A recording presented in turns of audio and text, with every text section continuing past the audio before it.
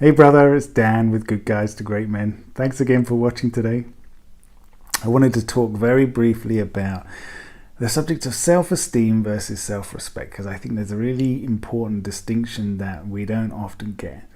So when guys contact us, they're often in a place of frustration, confusion, low self-esteem. Everywhere else in their life, everything's going great. They're doing really successful. They have achieved many of the things that they want to achieve: house, car, career, all these different things. I mean, family-wise, they've got family, they've got relationships, they've got all this good stuff.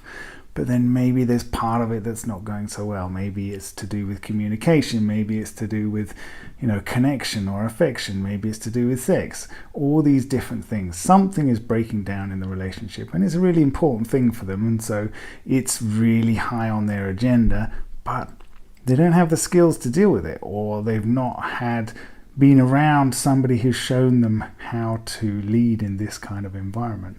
What's important with regards to interacting with women, and how they want to feel certain things from you to be able to relax and feel safe and trust your leadership, right?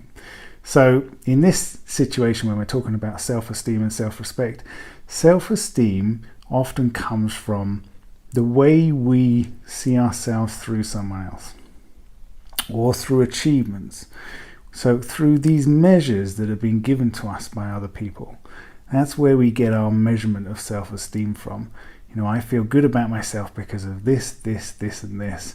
And actually a lot of those things, a lot of those definitions are given to us either by parents, or by schooling, or by certain skills, that we've acquired along the way, certain positions that we've taken up, accolades, money that we're earning, all this different stuff. It's all identifiers that makes us feel good about ourselves, but it's all external. So that's where the self-esteem trap comes in. And the same with our partners, right? When she's saying great things about you, when she's being affectionate towards you, when she wants you and wants to have sex with you, then you feel great.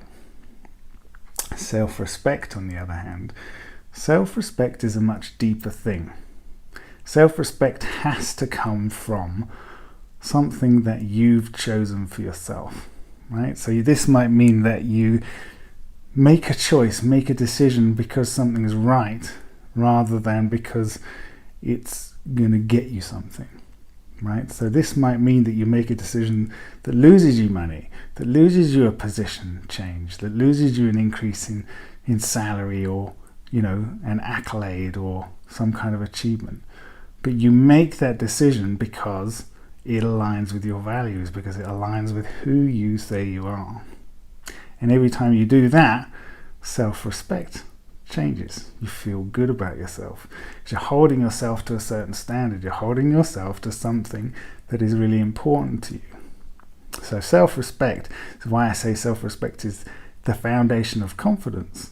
Because when you make choices deliberately because of something that you are really clear about and why it's important for you, that defines who you are. Every time you do that, it defines, redefines, solidifies this foundation of who you are, makes you into this person that not only you can trust, but other people can feel and trust, because it becomes more solid. It becomes a more real thing that anybody who pushes against it can see, this person's got principles.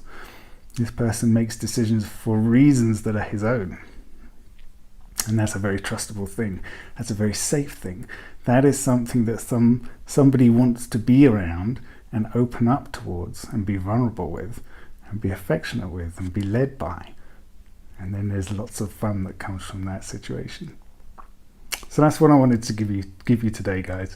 Just a simple distinction between self-esteem and self-respect. Take it easy. See ya.